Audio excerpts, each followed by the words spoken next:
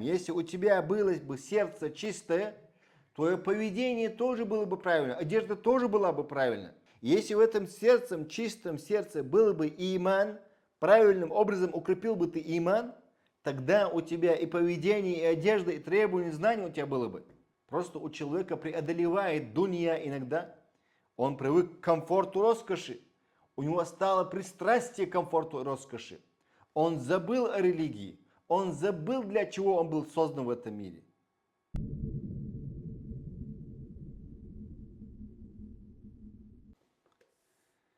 Ассаламу алейкум ва рахматуллахи ва баракату.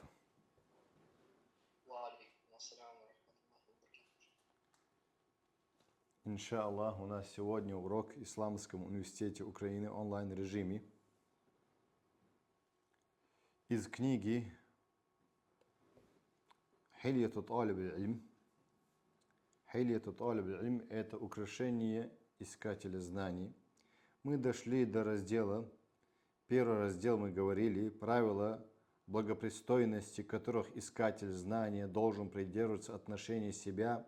Первую главу мы вам объясняли, читали. Знание – это поклонение, мы сказали в первой главе. И также мы прошли вторую главу «Будь на пути праведных предшественников». Также мы прошли третью главу «Постоянно остерегайся Аллаха». И также прошли четвертую главу «Постоянно осознание надзора Аллаха». Постоянно думай, что Аллах, субхану ва та'аля, ракиб. Он делает надзор над своими творениями, над рабом своим.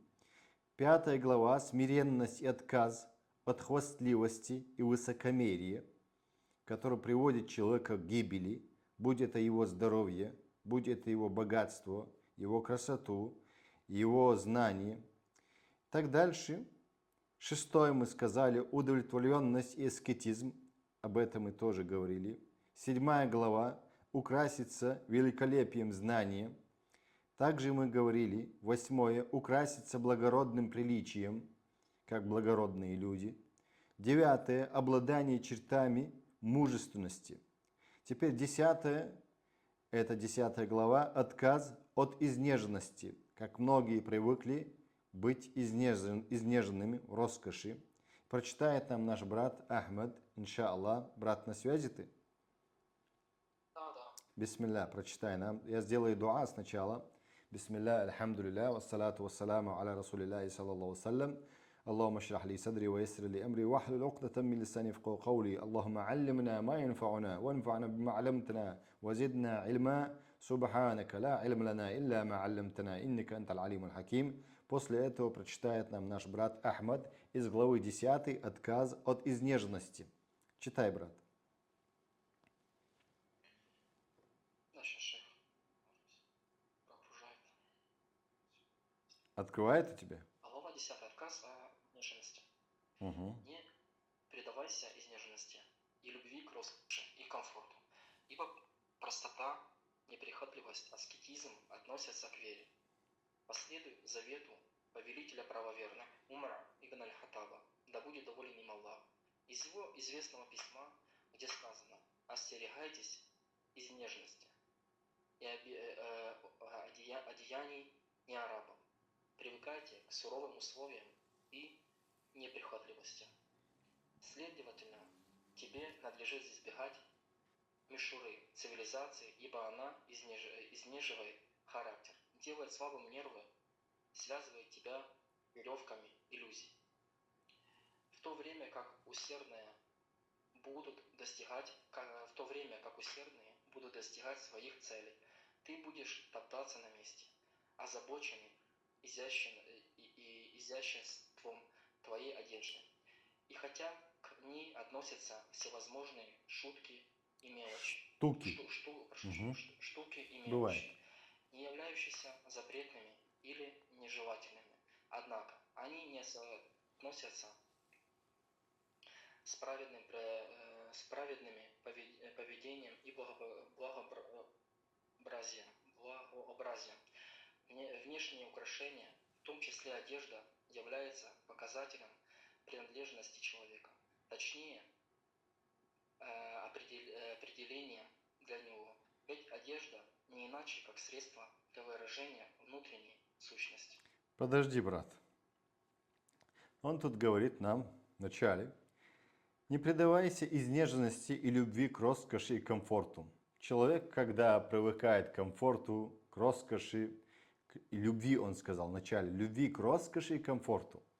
Человек, когда привыкает к этому, и он попадает в такую среду, скажем, да, более сложную среду, он трудно переносит трудную среду, скажем. Война началась. Кто ожидал, что будет война? Кто ожидал, что не будет света? Те, которые не привыкли к трудностям, они не смогут в трудностях жить. Те, которые привыкли к роскоши, они легко продаются. Они легко разрушают и государство, и народ, и баракалуфикум религию. И тут он говорит, ибо простота, говорит, неприхотливость, аскетизм относится к вере. То есть твоя простота относится к вере. Пророк, саллаллаху алейхи вассалям, мог иметь богатство. Имеется в виду, он был аскетом. Когда он увидел, то есть Умар бин Хаттаб увидел пророка, саллаллаху алейхи вассалям, лежащим на циновке, Умар заплакал за его положение. Он не является повелителем для мусульман. Однако его аскетизм, Умар заплакал из-за этого, то есть слезы пошли. А тут говорит Умар, тут говорится, последуй завету повелителю правоверных. Умар бин Хаттаба, да будет доволен Аллах, из его известного письма, где сказано «остерегайся изнеженности». То есть изнеженность, опять повторяется, к роскоши и комфорту. Комфорт, мы все хотим комфорта, кто не хочет комфорта? Наши сестры, как они хотят комфорта? Хотят они, но сестры, будьте осторожны. Слишком комфорт, это вас же губит. Слишком комфорт вас же губит. То есть люди думают, комфорт это лучше. Комфорт, она не запрещенная, но также ты должен ограничивать себя, чтобы не погубить и себя, и свое поколение, и свою семью. И также он тут говорит, Умар, и одеяние не арабов. Одеяние не арабов, Умар был арабом. Умар был кем? Арабом был. И у них была одежда, подходящая исламу. То есть у них была подходящая исламу, это имеется в виду широкие одежды, не облегающие одежды, не просвечивающие одежды для мужчин, допустим. У женщин было также подходящее, однако, что касается хиджаба, не было у них. Хиджаба у них не было, поэтому Аллах Субхану ва Тааля повелел хиджабом. Сегодня, если взять одежду тех женщин во время джахилии, имеется в виду до пришествия пророка, имеется в виду пророчества Мухаммада, саллаллаху алейхи вассалям, та одежда, которая у них была, сегодня у многих женщин нету, миллиардов женщин нету такой даже одежды. Даже такой одежды нет. И этим женщинам, арабкам, было приказано, они показывали свое лицо, показывали свои косички, свои волосы, показывали свою шею. Остальное все было закрыто у них. Остальное все, тело было закрыто. И также они одевались, колокольчики одевали на свои ноги. Когда они ходили или стучали этими колокольчиками, узнавали, что идет женщина. Но сегодня вместо этого, раньше тоже были какие-то каблуки, однако, как сегодня, как говорится, капели или, скажем, мрамора, таким образом не было большинство. Не было, пески были. И так было легко узнавать, что идет женщина или нет, когда она стучит своим колокольчиком. И Аллах запретил этого. Почему? Чтобы женщина скрывалась. Для этого имеется в виду, чтобы женщина скрывалась, то есть не показывала своим колокольчиком, что идет женщина. Сегодня есть женщины, которые хотят себя показать везде. То есть они могут надеть якобы такой хиджаб, и он не хиджаб. И он не хиджаб шариатский. То есть хиджаб шариатский и хиджаб даже арабов до ислама. И до ислама то, что было, до ислама, это не хиджаб был. Это было закрытие женщин. Даже большинство, миллиарды женщин одевается так, как одевались до ислама. И также, допустим, другие нации до пророчества Мухаммада одевались скромнее. Но сегодня, посмотрите, последние вот эти, скажем, после того, как появились масс-медиа, какой большой разврат одежды. Безгранично. Итак, Умар сказал, и одеяния не арабов остерегайтесь. И если мы, допустим, скажем, с какой-то страны, должна быть какая-то одежда, должна быть, которая подходит к этой местности, к этим традициям. Одежда подходит. Имеется в виду к чем? Хиджабам они должны соответствовать, однако, скажем, вышивка, узоры, быть может, местной страны какой-то. У кавказцев своя, быть может, у украинцев, допустим, своя какая-то вышивка. Однако широкая, не облегающая, не просвечивающая, не вызывающая, не, как говорится, да, призывающая других внимание мужчин, как там, скажем, яркие цвета. Чтоб такого не было. Привыкайте к суровым условиям, сказал Омар дальше. Суровым условиям почему? Чтобы в любое время быть готовым к трудностям и неприхотливости. Следовательно, тебе надлежит избегать мишуры цивилизации. Цивилизации – телефоны, гаджеты, компьютеры. Некоторые думают, что когда мы говорим об этом телефонах или, скажем, гаджетах других, мы вообще их запрещаем. Да передо мной они стоят. Передо мной 2 телефона, планшет стоит передо мной. А как я могу это запретить? Я не запрещаю. Я говорю, пользуйтесь во благо, но не пользуйтесь во вред себе же. Во вред своих детей, во вред своей религии, во вред своего имана, во вред своего общества. Не пользуйтесь, об этом идет речь. Они запрещают телефоны сами, они пользуются, скажут. Нет, валлахи. Мы запрещаем тратить время, губить свое время, губить свои деньги, получая оттуда пользу. Быть может, в Ютубе какая-то польза есть. Быть может, в каких-то, скажем, да, лекциях есть польза. Быть может, не исламские лекции. Быть может, как говорится, да, неверующие показывают свое нутро, ты узнаешь, как они себя ведут, как они себя вели до этого, до пришествия ислама, допустим, во время джахилии, как они представляют свою историю, допустим. И так ты узнаешь через YouTube разные их каналы. Пользуйся в меру, но не губи. Допустим, у нас урок, мы делаем в свое время урок, мы готовимся на урок. Нам нужно откуда-то черпать информацию. У нас нету библиотеки, книг у нас нет. А откуда? Через интернет. Через интернет это не значит, что мы не пользуемся гаджетами, телефонами, компьютерами. Пользуемся. Компьютер рядом со мной. Однако мы не забыли поклонение в свое время. Мы не забыли изучение знаний, обучение знаний, распространение знаний. Если ты этого не делаешь, ты губишь себя. Если для тебя твои гаджеты, твои телефоны не служат для тебя, а ты служишь и поклоняешься им, этим якобы цивилизациям, да, тогда ты сам себя погубил. Ты не можешь себя контролировать, ты маленький ребенок получается. Об этом речь.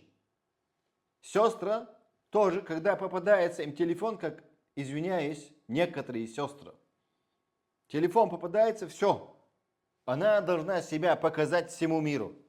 Нет, сестра, зачем ты показываешь себя всему миру? Когда человек бывает скрытный, от глаза она себя оберегает, от зависти она себя оберегает, от разных, скажем, преступлений она себя оберегает. Когда она себя выставляет, она становится легкой добычей.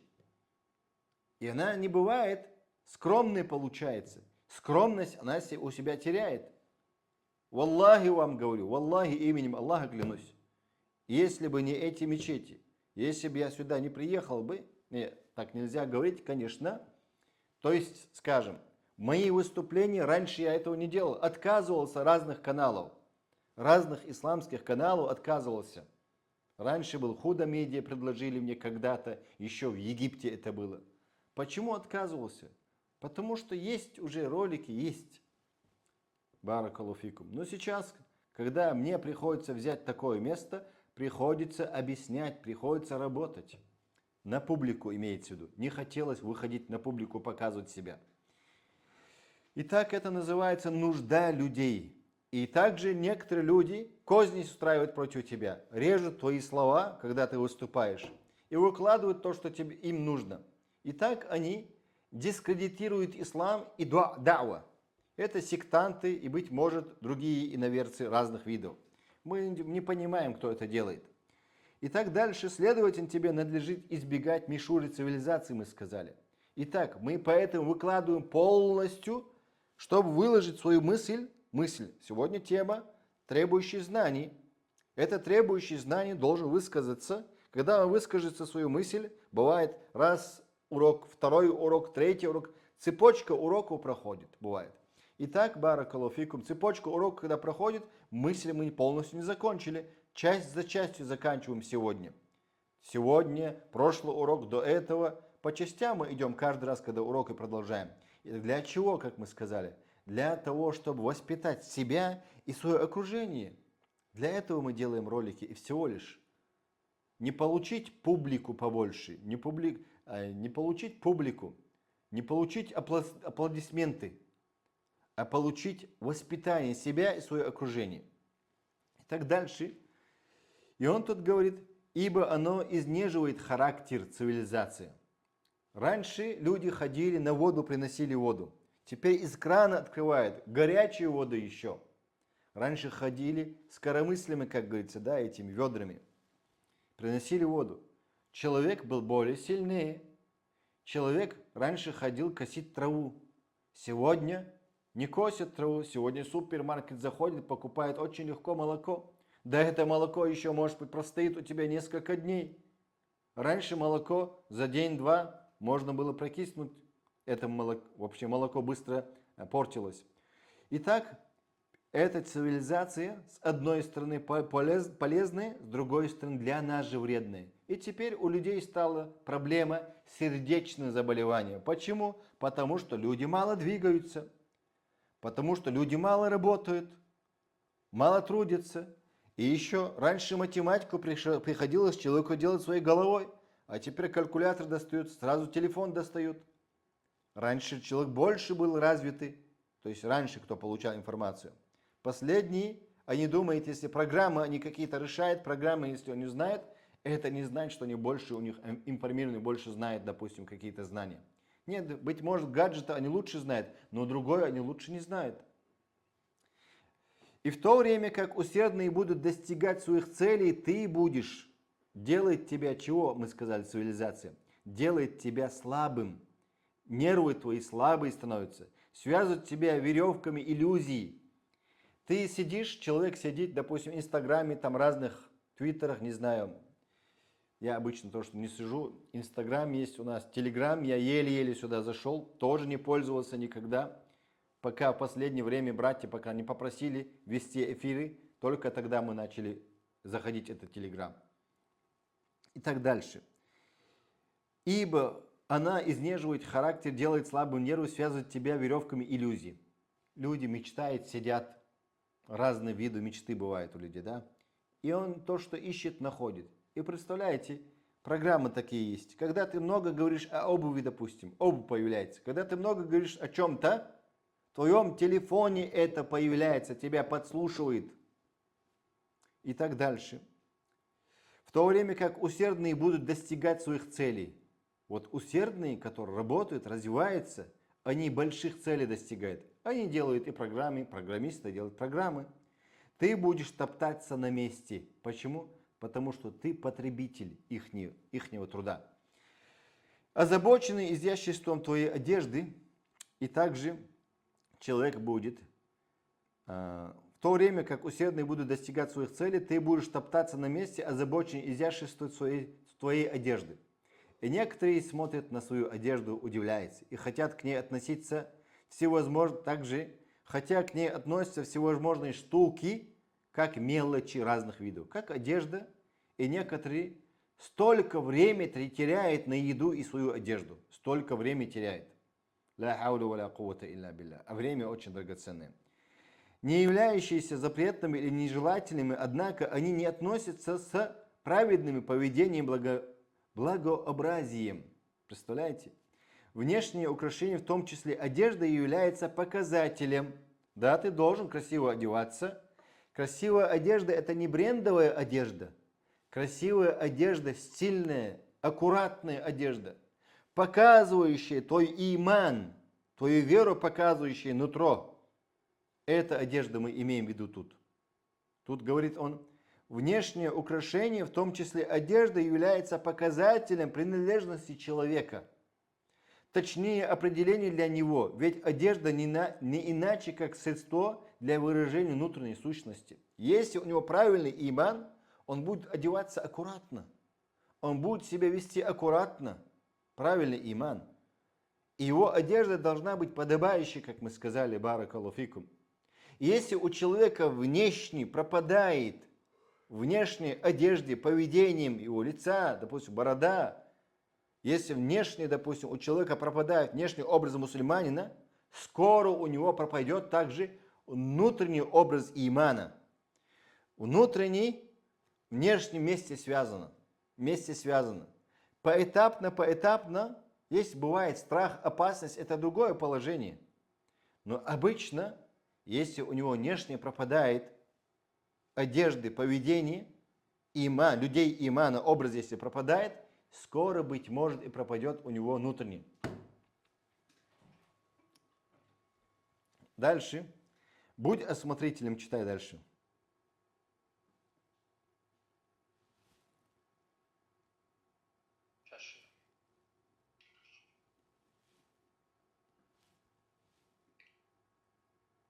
Будь осмотрительным в одежде, ибо она дает людям представление о тебе, позволяя им давать тебе оценку в отношении твоей принадлежности, личности и вкусов.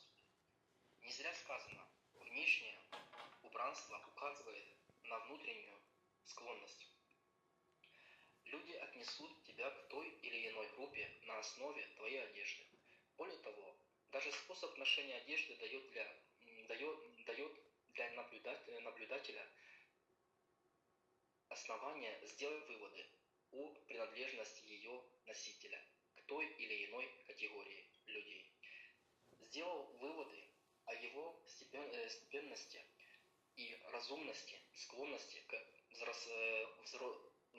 взрослости и набожности или инфантильности, ребячеству, желание молодиться и жажде славы и внимания. Выбери одежду, которая будет украшать тебя, а не позорить. Не давай повод для разговоров о тебе и насмешек над тобой. Если твоя одежда и способ ее ношения будут соответствовать и будут стать религиозному знанию, обладателем которого ты имеешь честь быть, то с тобой будут больше считаться, и твое знание принесет большую пользу. Более того, если ты будешь это делать с соответствующим намерением, это станет поклонением и приближающим к Аллаху, ибо служит средством для наставления людей к истине.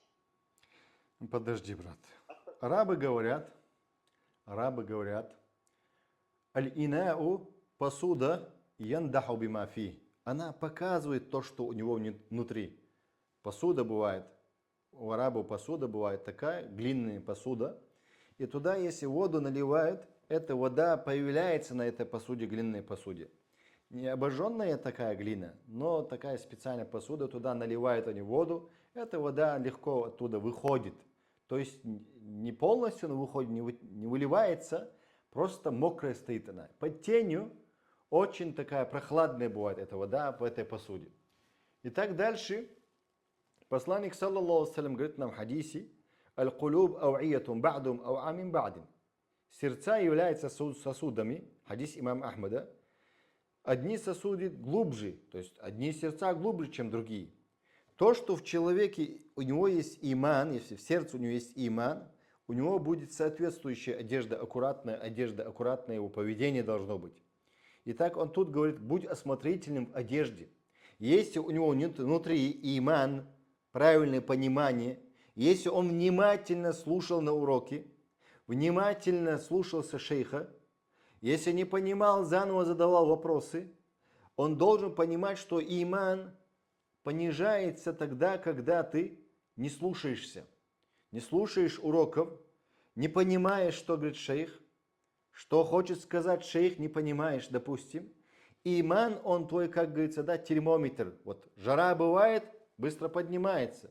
Падает жара, опускается. Твой иман, двигатель получается, твоих действий. Ты можешь человеку сказать, допустим, его иман внутри ты не можешь видеть сам по себе, однако его поведением, его одеждой ты можешь сказать: субханаллах, его двигает его иман. Эту сестру, которая одевается подобающим образом, которая подобается верующим женщинам в Коране и Сунне, то, что сказано, она двигается иманом, у нее внутри иман правильный. Она следует за женами пророка, саллаллаху алейхи вассалям. Она поняла. Этот брат понял, что он следует за сподвижниками, ради Аллаху анхум. Он следует за пророком, саллаллаху алейхи вассалям. И как в вопросах имана, так же в вопросах внешности, поведения, одежды. И если у человека потерянный был внешний вид, как мы сказали, как поведение, как одежда, тогда внутро его нужно посмотреть. А если его внутро ненормальное, тогда и так у него было и одежда, и также поведение было ненормальное. Быть может, поведение на работе, быть может, поведение среди немусульман, быть может, своими родственниками было поведение неправильно. Быть может, баракаллаху фикум, у него проблема с иманом.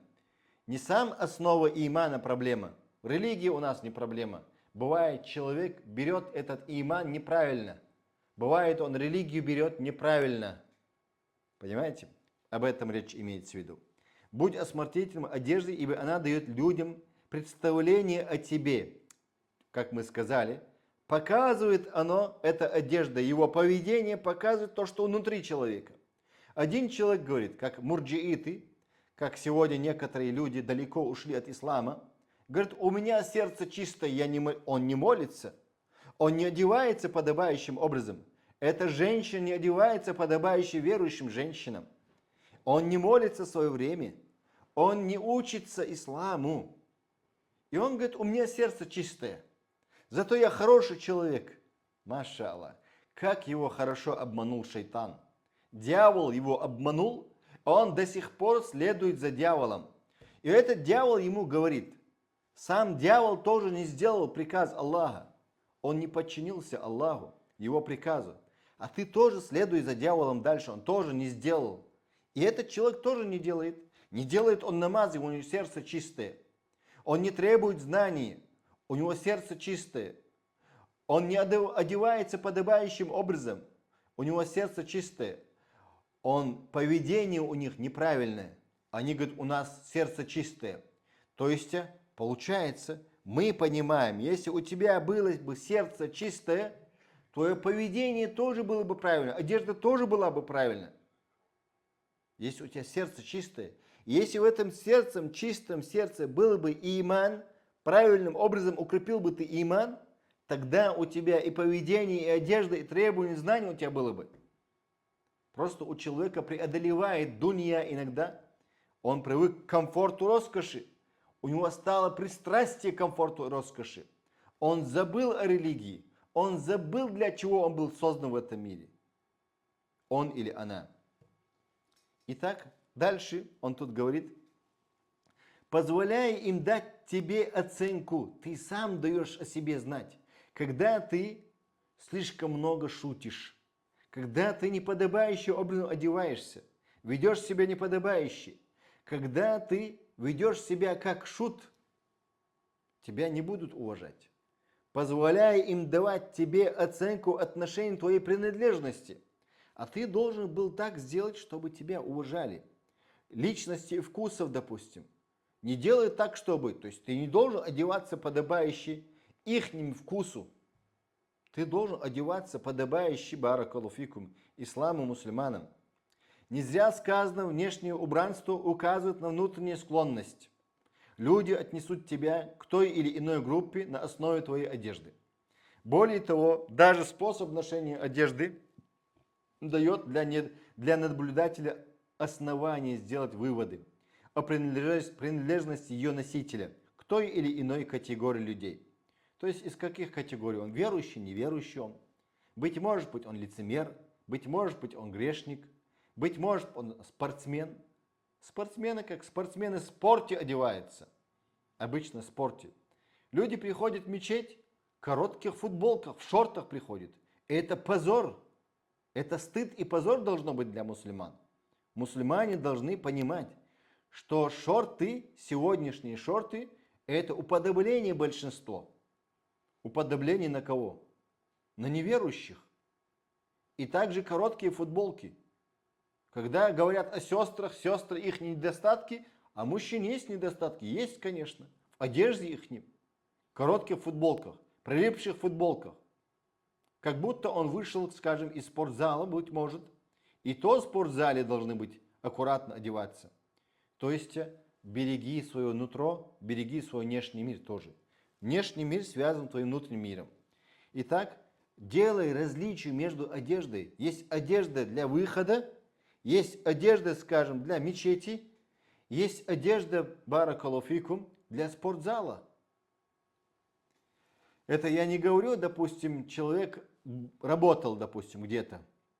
Он работал, и резко время намаза проходит у него, ему нужно было заскочить в мечеть, помолиться, потому что время пропадает. Да, приходи молиться, у нас специально для таких есть халаты. Не пропускай время намаза. Нельзя, сказано, внешнее убранство указывает на его внутреннюю склонность. Люди отнесут тебя к той или иной группе на основе твоей одежды. Более того, даже способ ношения одежды дает для наблюдателя основание сделать выводы о принадлежности ее носителя к той или иной категории людей. Сделай выводы о его степенности и разумности. Итак, склонности к взрослости и набожности. И также по одежде видно человек, насколько он повзрослел, и насколько он стал взрослым, разумным, и также насколько он набожным. Или инфантильности, он говорит, ребячеству.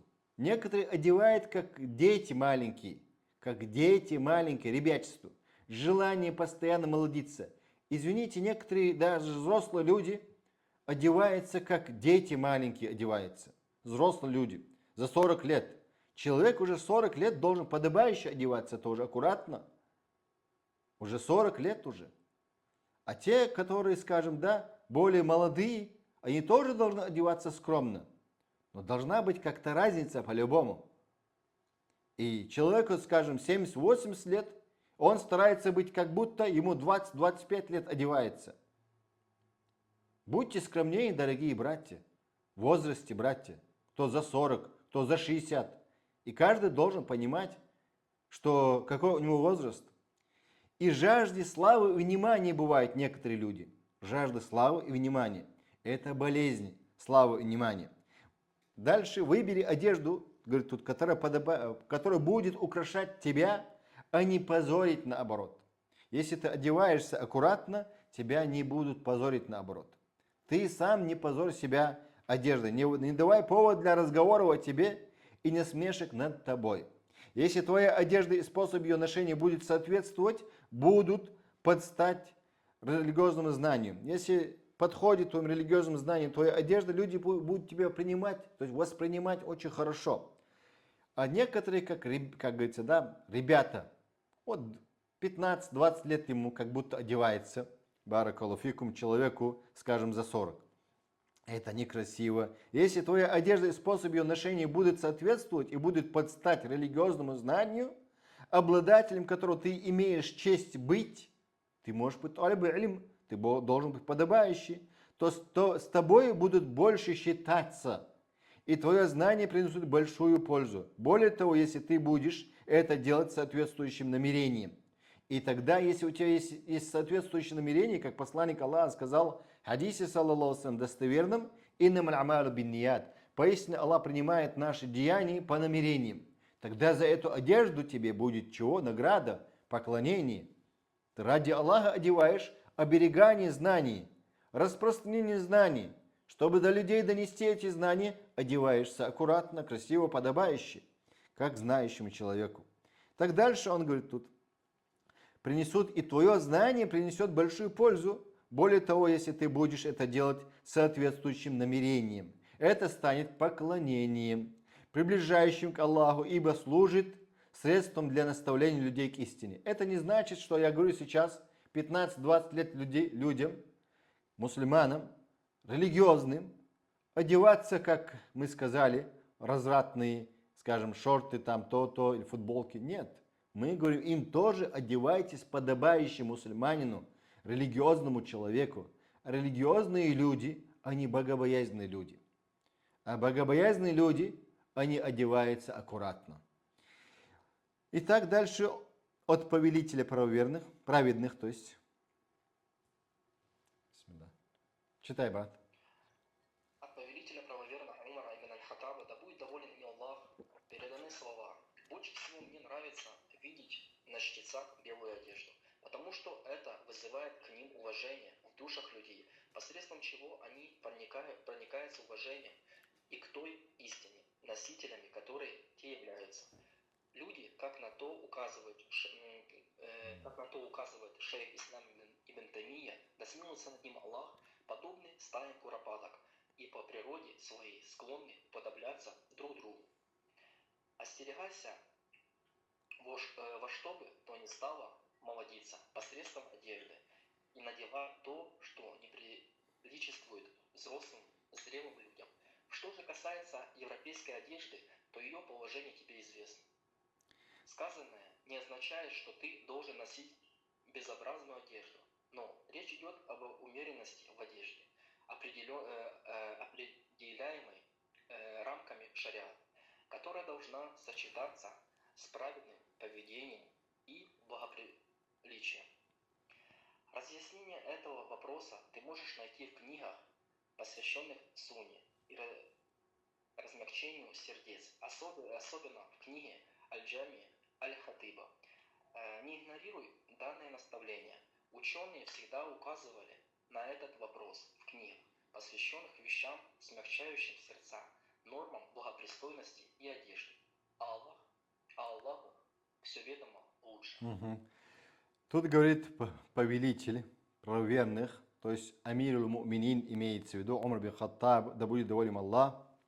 Больше всего мне нравится видеть на чтецах белую одежду. Белая одежда – это сунна ее носить. Белую одежду носить сунна, желательно носить белую одежду. Одни скажут: белую одежду, я же одеваю белую одежду. Он носит прилипшие штаны, допустим. Это сунна? Это не сунна. Это против сунны прилипшая одежда. То есть прилипшая одежда мужчинам против сунны. Баракаллаху фикум. Я имею в виду штаны. Ниже пупка должно быть широкие штаны. Баракаллаху фикум. И до щиколоток. Хоть шаровары надевай, хоть что-то другое, но прилипшие не надевай, пожалуйста. Некоторые любят в последнее время надевать мокасины, то есть обувь, кто не понимает. Итак, одевают они прилипшую одежду, одевают эту обувь. Итак, говорит, это сунна. Это не сунна, это поведение не по сунне. Одежда должна быть широкая. Итак, сверху, если одевает мужчина сверху широкую, допустим, рубашку, тем более футболка, если короткая, скажем, короткая футболка. Скажем, вот короткая футболка вот до сюда, до, как говорится, локтя. И эта футболка должна быть широкая, не прилипшая для мужчин. И также должна закрывать его спину, когда он делает суджуд. Братья приходят на намаз, и ты видишь, что у них не закрывается часть аурата, которую они должны были закрыть. У них не принимается намаз. Теперь женщины, которые одеваются в штаны и молятся в штанах, у них тоже не принимается намаз. Женщины, которые одеваются платок, вот так завязывают шарф, или так завязывают они, и плечи у них вот так открыты, как у меня, только на голову завернули они, и у них не принимается намаз без химара. Посланник Аллаха сказал, саллаллаху саллям, намаз в химаре должна женщина молиться после совершеннолетия, иначе намаз у женщин не принимается. В хадисе посланника, саллаллаху саллям, сказано, что у женщин намаз не принимается без химара. То есть лицо открыто, кисть рук открыта во время намаза, во время хаджа она открывает. И без химара отпустить нужно полностью, отпускается платок. И если она не будет молиться в химаре, то есть в платке, не завязанный шарф, а платок отпускается, плечами отпускается, сверху отпускается. Этот платок, химар, отпускается, извиняюсь, над грудями женщин. над плечами женщин, но не прилипает, не выделяет плечи, как у меня.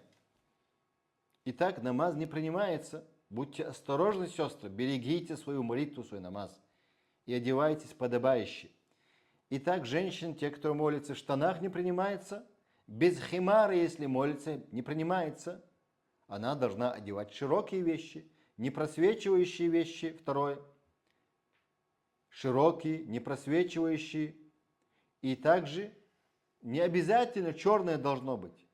Желательно является черное хиджаб, желательно является черный, но не обязательно. И также не должно быть цвета у женщин, привлекающих людей. Это не для молитвы, а для выхода одежды, не привлекающие. Также он тут сказал, чтобы не было одежды неверующих.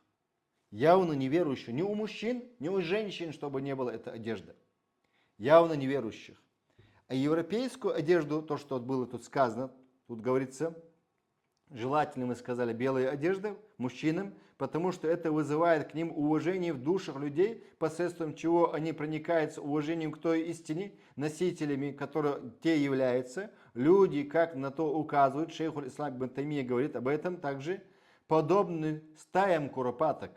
И по природе своей склонны уподобляться друг другу. Да. Остерегаясь во что бы то ни стало, молодиться посредством одежды и надевать то, что не приличествует взрослым, зрелым людям. Что же касается европейской одежды, то ее положение тебе известно. Избегай европейскую одежду, это имеется в виду, не уподобляйся на одежде, то есть не надевай ту одежду уподобления неверующим явно. Это является запрещенным. Посланник в хадисе сказал, саллаллаху алейхи «Ман ташабба би каумин фау минхум». Тот, кто уподобляется на определенный народ, тот из них. Тот из них является, сказал он, саллаллаху алейхи. И одни ученые сказали, это караха, другие сказали, это является харам. Караха это нежелательности, сказали одни, другие сказали запрещенности.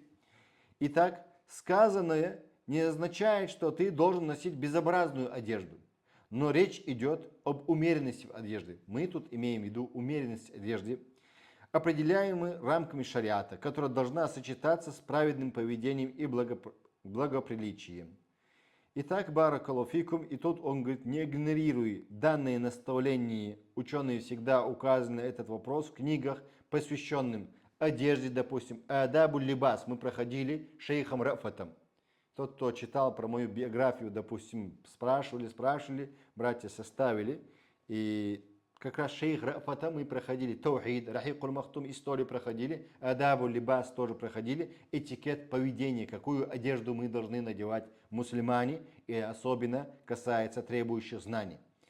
И также смягчающие сердца нормам благопристойности, то есть пристойности и одежде. И Аллаху все ведомо лучше, на этом мы остановимся. Отвращение от праздных собраний. На этой главе 11 остановимся. Если у вас есть вопросы, спрашивайте.